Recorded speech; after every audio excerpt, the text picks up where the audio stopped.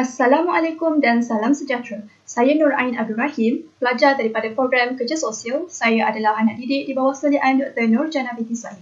Hari ini saya akan membentangkan kajian saya yang bertajuk Tahap Tekanan dan Pengaruhnya terhadap Prestasi Akademik Mahasiswa Dipoti di Universiti Kebangsaan Malaysia. Mengikut statistik, separuh daripada mahasiswa universiti mengalami masalah kesihatan mental pada tahap sederhana termasuklah tekanan dan ia boleh mempengaruhi prestasi akademik terutamanya kepada mahasiswa B40. Golongan B40 adalah mereka yang mempunyai jumlah pendapatan bulanan kurang daripada RM4,850 sebulan. Oleh itu, saya menyasarkan mahasiswa B40 sebagai sampel kajian kerana saya mendapati jumlah keseluruhan mahasiswa B40 ialah kira-kira 600,000 orang di Institut Pengajian Tinggi pada tahun 2021. Dan ini menunjukkan bahawa adanya keperluan khusus untuk mengkaji tekanan dalam kalangan mereka ini. Oleh itu, kajian ini dijalankan. Daripada kajian ini, terdapat 3 permasalahan kajian yang ditemui.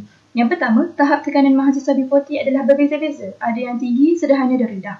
Kegagalan mengatasi tahap tekanan mahasiswa B40 ini pasti akan menyukarkan perancangan intervensi yang bersesuaian mengikut tahap tekanan individu tersebut. Yang kedua, faktor tekanan mahasiswa B40 kurang diberi perhatian. Ini kerana ramai menganggap bahawa masalah kewangan adalah punca utama tekanan mereka, sedangkan terdapat juga faktor lain yang mempengaruhi tekanan mereka. Yang ketiga, kesan tekanan kepada pelbagai aspek kehidupan lain yang turut mempengaruhi prestasi akademik mereka, misalnya seperti aspek fizikal, emosi dan kognitif. Daripada kajian ini juga, saya menemui 3 jurang kajian iaitu sampel, pemboleh ubah dan reka bentuk kajian.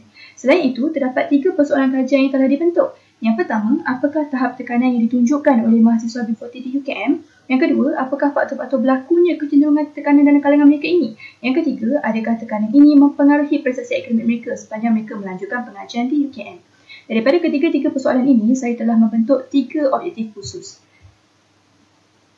Ini pula ialah skop kajian, kepentingan kajian, definisi konseptual dan operasional serta sorotan literatur untuk kajian ini.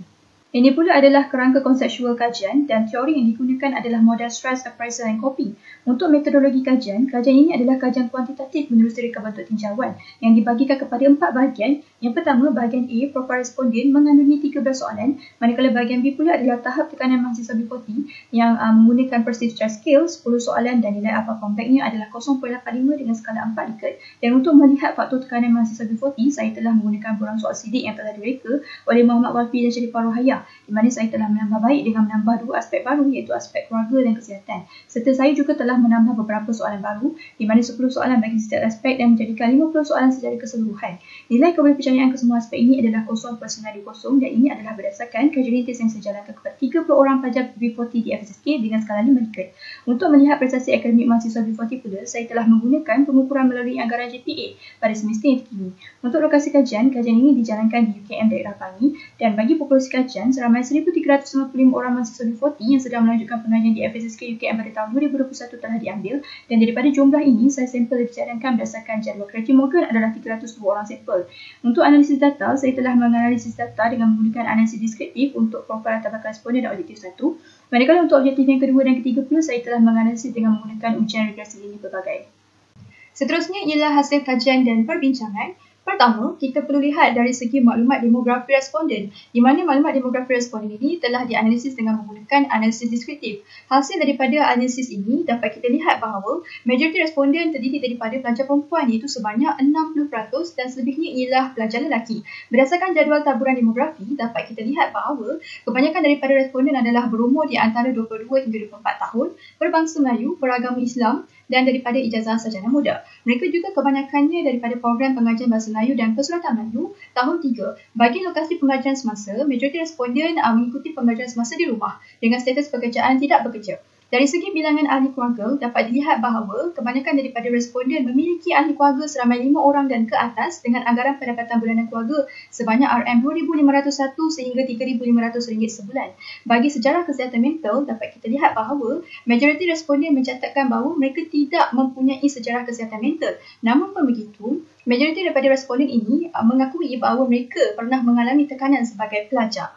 Berikutnya ialah objektif yang pertama iaitu tahap tekanan mahasiswa B40. Tahap tekanan mahasiswa B40 ini juga telah dianalisis dengan menggunakan analisis deskriptif dan hasil analisis menemui bahawa majoriti responden mengalami tekanan pada tahap yang sederhana iaitu seramai 203 orang responden dengan peratusan sebanyak 67.2%. Ini kemudiannya diikuti dengan tekanan pada tahap yang rendah iaitu seramai 58 orang responden dengan peratusan sebanyak 19.2% dan seterusnya diikuti dengan tekanan pada tahap yang teruk iaitu seramai 41 orang responden dengan peratusan sebanyak 13.6%.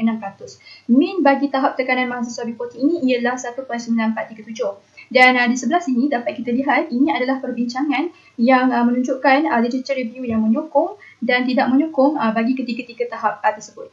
Seterusnya ialah objektif kedua iaitu faktor-faktor tekanan mahasiswa B40.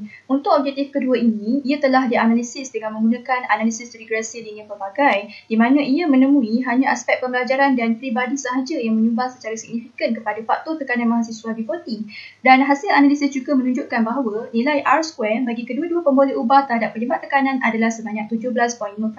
Atau dalam erti kata lain, kedua-dua pemboleh ubah ini menyumbang secara signifikan sebanyak 17.5% kepada faktor tekanan mahasiswa B40. Pemboleh ubah peramal boleh meramal pemboleh ubah terikat secara signifikan dengan F299 sama dengan 31.616 P lebih kecil daripada 0.05. Aspek pembelajaran mencatatkan nilai beta sebanyak 0.400 adalah peramal terbaik yang signifikan berbanding dengan aspek peribadi yang hanya mencatatkan nilai betanya sebanyak 0.153 dengan nilai keseluruhan R2 0.175. Daripada kedua-dua pemboleh ubah ini, persamaan regresi telah dihasilkan iaitu tekanan Y sama dengan 7.962 tambah 0.265 X1 tambah 0.123 X2. X1 adalah pembelajaran manakala X2 adalah peribadi. Dan kita lihat pula kepada aspek pembelajaran, berdasarkan hasil analisis regresi yang mendapati bahawa kebanyakan daripada responden sering mengalami keletihan fizikal dan mental selepas belajar, tidak mempunyai data internet yang mencukupi dan sering menangguhkan kerja tugasan. Ketiga-tiga perkara ini menyumbang secara signifikan sebanyak 25.7% kepada tekanan di bawah aspek pembelajaran. Dan bagi aspek peribadi, majoriti daripada responden sering merasa takut tanpa sebab, sering bimbang tentang masa hadapan dan sering bimbang kerana persaingan pembelajaran yang sengit. Ketiga-tiga perkara ini menyumbang secara signifikan sebanyak 14.2% di bawah tekanan di bawah aspek peribadi. Dan di sebelah kanan ini adalah perbincangan yang memaparkan literature review yang menyokong dan tidak menyokong bagi kedua-dua aspek ini. Untuk objektif yang terakhir pula ialah pengaruh tekanan terhadap prestasi akademik mahasiswa B40. Untuk objektif ini, ia juga telah dianalisis dengan menggunakan analisis regresi linear pelbagai dan ia mendapati bahawa tidak terdapat pengaruh tekanan terhadap prestasi akademik mahasiswa B40. Hasil analisis menunjukkan bahawa nilai R2 sama dengan 0.002 atau 0.2% atau dalam erti kata lain, ia menunjukkan bahawa tidak terdapat pengaruh tekanan terhadap prestasi akademik mahasiswa B40. Pemboleh ubah peramal tidak boleh meramal pemboleh ubah terikat secara signifikan dengan F300 sama dengan 0.581 P lebih kecil daripada 0.05.